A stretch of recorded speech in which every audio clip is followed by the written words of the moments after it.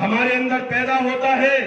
اور انسانیت کی محبت ہمارے اندر پیدا ہوتی ہے، تب جا کر یہ سنسار بنتا ہے، یہ دنیا بنتی ہے، یہ جہان بنتا ہے، پھول کھلتے ہیں، خوشبو پھیلتی ہے، سارے جہان آباد ہو جاتا ہے۔ لیکن جب انسانیت کا خون بہتا ہے، سڑان پیدا ہو جاتی ہے، بدبو پیدا ہو جاتی ہے اور آگ لگنے لگتی ہے، اور اس آگ میں صرف ایک نہیں، پورا چمن جل جاتا ہے، پورا باغ جل جاتا ہے، پوری کائنات جل جاتی ہے۔ جب ظلم اور زیادتی ہوگی تو یہ ہوگا، اس لیے ہمیں پریم کے ساتھ، بھائی چارے کے ساتھ، محبت کے ساتھ اور شانتی کے ساتھ اور امن و امان کے ساتھ اور چین و سکون کے ساتھ ہمیں یہاں پر رہنا ہے۔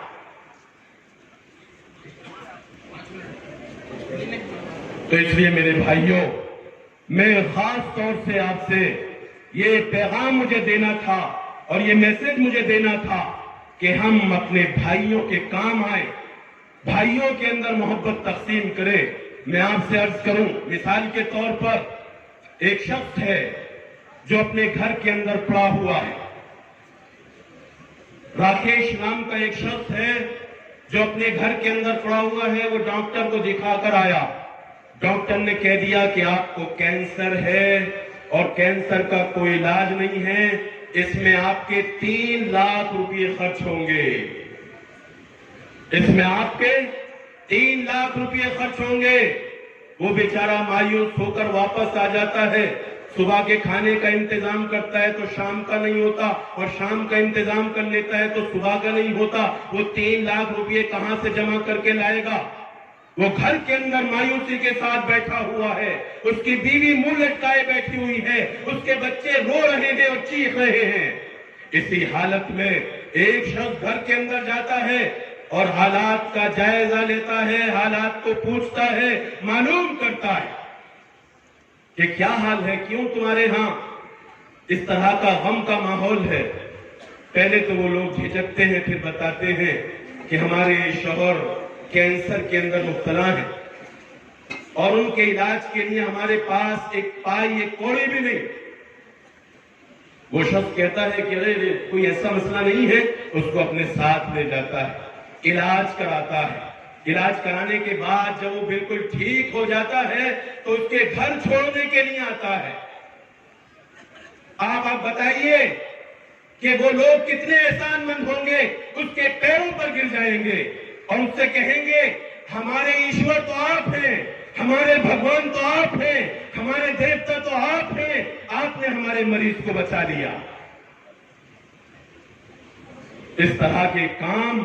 محبت کے ہمیں کرنے ہیں، اس لیے ہمارے پیغمبر نے بتایا ارحموا من فی الارض، زمین والوں پر، اس سنسار والوں پر، اس پرتھوی کے لوگوں پر، اس مانوتا پر آپ رحم کیجئے،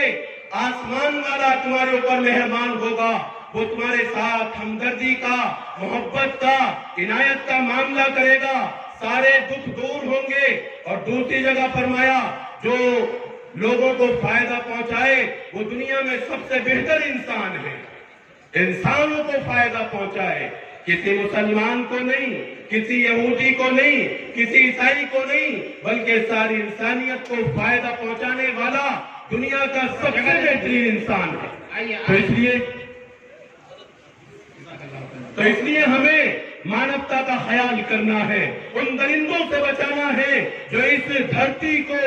اور اس زمین کو فساد سے بھرنا چاہتے ہیں، درندوں کی طرح سے انسانوں کو نوچ رہے ہیں، زمین کے اندر فساد اور زمین کے اندر آگ لگا رہے ہیں۔ ایسے درندوں سے ہمیں ہوشیار رہنا ہے، بچانا ہے، اور پریم کو، محبت کو اور اپنی تمام محبت والی چیزوں کو لوگوں کے اندر عام کرنا ہے۔ جب ہم اس مانوتا کے اور پریم کے سندیش کو عام کریں گے تو یہ پریم کی زبان، محبت کی زبان جلتی ہوئی آگ کے اندر پانی کا کام کرے گی، آگ بجھ جائے گی، نفرتیں ختم ہو جائیں گی، آپس کی دوریاں ختم ہو جائیں گی۔